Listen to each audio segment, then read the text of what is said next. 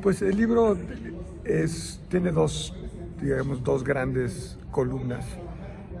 Una es una breve revisión, desde mi punto de vista, de qué nos ha pasado y cómo llegamos a este punto de nuestra historia, tanto en términos de desarrollo económico, de inequidad, de la falta de crecimiento con inclusión, tanto en términos políticos.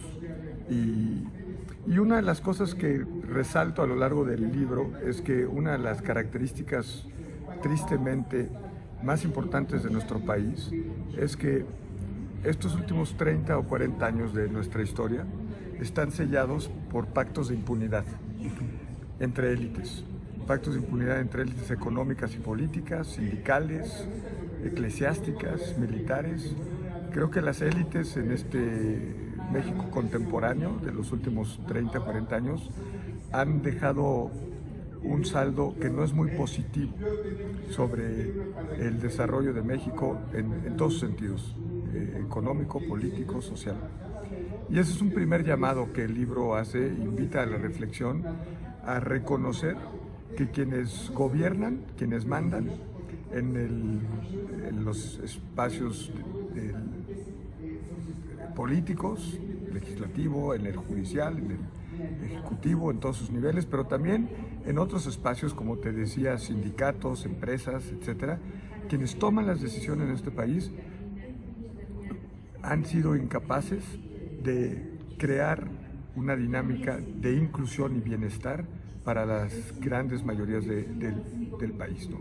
De nuestra sociedad. Sí, en esa parte pues nos platica cómo hemos llegado hasta este México actual. Sí.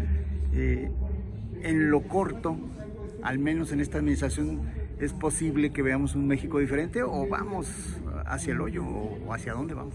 No, creo que lo que está pasando en este gobierno es parte de la evolución de una transición democrática que me parece tímida y fallida en muchos aspectos. Muchos de los males que hoy padecemos tienen décadas, pero yo creo que se han venido agudizando particularmente desde Calderón y Peña Nieto. Estos dos gobiernos tuvieron una oportunidad de haber revertido muchas de las tendencias que el país venía viviendo desde antes y no lo hicieron.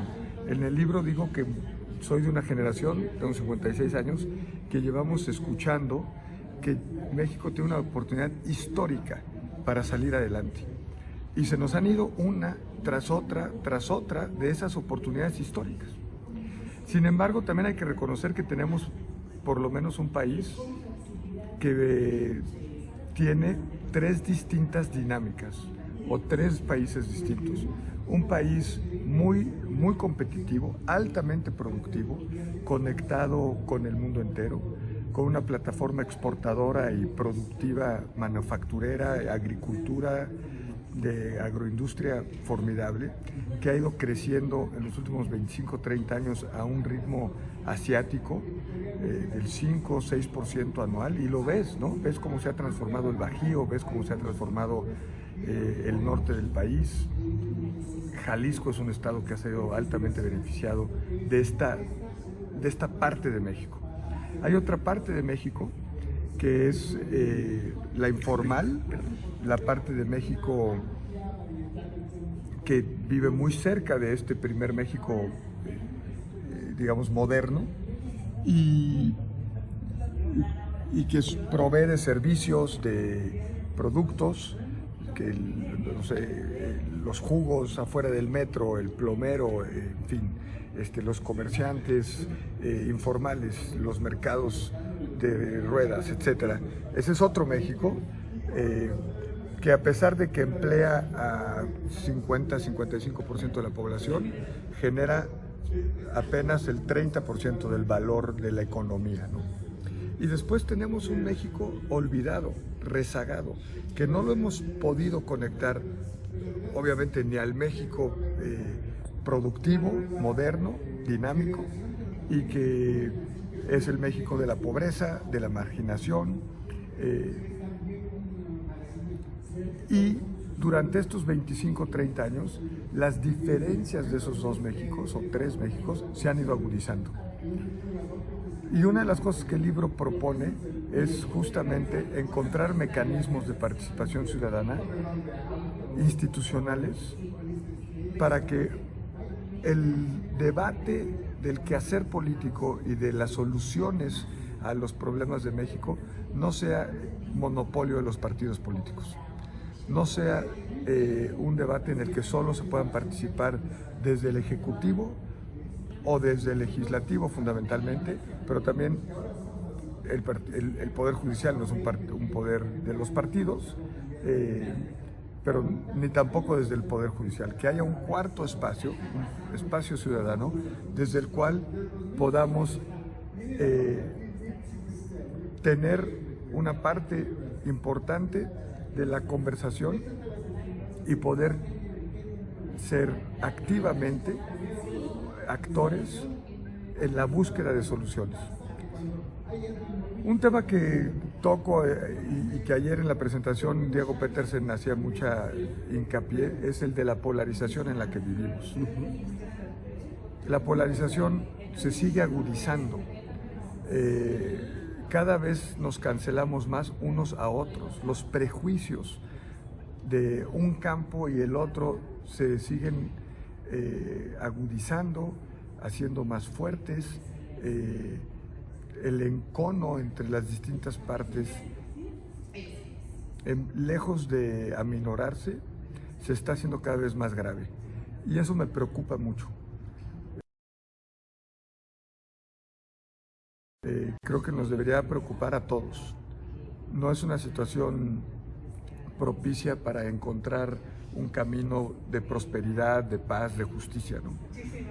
Y una de las cosas que digo en el libro es que la sociedad vive mucho menos polarizada que sus élites. La polarización que tenemos en el país es una polarización mucho más aguda entre la clase dirigente, entre la comentocracia, entre los políticos, dirigentes empresariales, etcétera, que entre la sociedad de a pie, el ciudadano común y corriente. Y por eso creo que un espacio ciudadano, como el que describo en términos de democracia abierta, sería tan útil, porque creo que además de poder incidir en el diseño de políticas y en la búsqueda de soluciones, también sería un ejemplo de que los mexicanos nos podemos escuchar, podemos llegar a acuerdos, podemos tomar en cuenta la opinión del otro sin sentir que estamos claudicando a nuestras ideas, sin sentir que estamos perdiendo poder, porque entre la sociedad hay muchos más incentivos de encontrar soluciones por el bien común que entre nuestros líderes políticos. Julio, de los Méxicos que veíamos, que estás narrando, el México violento, ahí en esta democratización y la participación de la ciudadanía en muchos aspectos, ¿qué tanto puede ayudar a que esto disminuya la inseguridad, la violencia que estamos viviendo, que cada vez pues va en una escalada, ¿no? Ese es un México tal vez el del mayor reto hacia adelante, porque no solo vemos, como bien dices, un incremento en todas las violencias, sino también la política que se adoptó desde Calderón y que todos los gobiernos después han continuado, de militarizar la seguridad pública, es claramente fallida. Ha sido un fracaso. Donde el ejército interviene, escala la violencia, no se corrige. Y hemos cada vez más cedido todos los espacios de esa seguridad pública, de esa seguridad ciudadana, al ejército. Entonces ahora tenemos dos grandes retos en esa materia. Cómo volver a fuerzas de seguridad pública civiles y cómo rediseñar la estrategia de seguridad y de paz en el país. Para lo cual también creo que hay que escuchar a la ciudadanía. Este es otro ejemplo en que las decisiones desde las élites han sido equivocadas y nos han conducido por una senda de más violencia, de más armas, de más muertes, de más desaparecidos. Entonces, como bien indicas, ese es otro México, un México que se entrecruza en estos tres que te relaté, en términos del desarrollo económico, porque la extorsión está en los tres, en fin, el crimen organizado está presente en esas tres realidades del país, ¿no? Y yo confío en que un espacio de deliberación, de diálogo, de reflexión entre ciudadanos encontraría fórmulas diferentes para poder diseñar una estrategia de seguridad y paz que nos llevara por otro camino y que pudiera, como bien dices, poder hacer que la ley, que el Estado de Derecho y que la justicia sea la regla y no la excepción. Un tema que a veces no le gusta mucho platicar a nadie, sobre todo del otro lado, es sobre los medios de comunicación, el periodismo, que siempre ha estado supeditado a algún tipo de poder político, económico, y que ahora en esa ciudadanización, pues a través de las redes sociales están abiertos los espacios.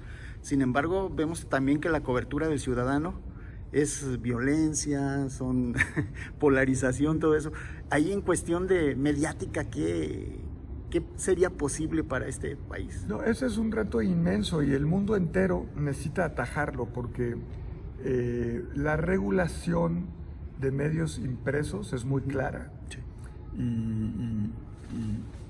y muy precisa en qué se permite y qué no se permite, y no hemos sido capaces de regular el mundo digital, el contenido del mundo digital, lo que la ciudadanía sube, cómo poder comprobar que algo es cierto o falso. Hay ONGs muy importantes en el mundo, una tal vez la más importante se llama The Forum for Information and Democracy, es el brazo intelectual de Reporteros Sin Fronteras, pero esa es una tarea pendiente en el mundo entero. O sea, tal vez los europeos han sido los que han podido ir un poco más lejos en términos de cómo regular ese contenido, sin tampoco mucho éxito, ¿no? Y yo iría un poco más allá. Yo creo que también ha faltado que las autoridades de competencia económica en Estados Unidos, en Europa, en México, hubiesen actuado antes en no permitir las grandes concentraciones de Facebook comprando Instagram, comprando WhatsApp, comprando, o sea, estos grandes monstruos del mundo digital controlan no solo la gran mayoría de lo que vemos y escuchamos a través de las redes, sino también se han convertido en lo que se ha llamado la economía no de la supervisión, sino del seguimiento, ¿no? Casi del espionaje, de la vigilancia, esa es la correcta palabra. Y regresando al libro, hay un capítulo en el libro sobre tecnología, o sea, no omito el punto que señalas. Hay un capítulo, de hecho es un anexo, que escribí con un joven que se llama Rodrigo Hernández, que se dedica a la tecnología. También creo que hay que trabajar mucho más en términos intergeneracionales para poder atacar temas que los jóvenes entienden mucho mejor que nuestra propia generación. Pero que estos espacios de diálogo ciudadano tendrían que también escuchar qué está pasando en el mundo digital. Que si nos ponemos a discutir sobre energías limpias, entre los ciudadanos que estén dialogando acerca de energías limpias, otro de los insumos debería ser qué hay en el mundo de las redes sobre energía solar, energía eólica, hidrógeno, los que están a favor del carbono, del petróleo, en fin, que esa conversación no esté ausente del diálogo personal y presencial del espacio de democracia abierta que propongo. Julio Madrazo, algo que más que desee agregar y que quiera que la gente sepa acerca de esta obra, Un País Posible. Pues lo que te diría es que las democracias han evolucionado siempre, desde hace 250 años.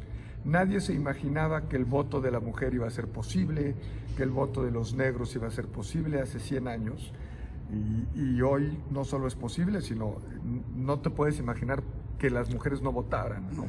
O que se tuviera que tener una propiedad, ¿no? Como empezó la democracia para poder votar. Entonces, para muchos estas ideas pueden sonar un poco utópicas o lejanas, no lo son. Tenemos todo para poder construirlas y hacerlas parte de nuestra día a día y de nuestro diseño institucional de cómo podría funcionar y desde mi punto de vista debería funcionar la democracia mexicana, para trascender a los partidos, para trascender los líderes que tenemos. Van a estar ahí, van a ser parte, pero no pueden ser todo dentro de cómo decidimos en México qué es importante y cómo solucionar los problemas del país.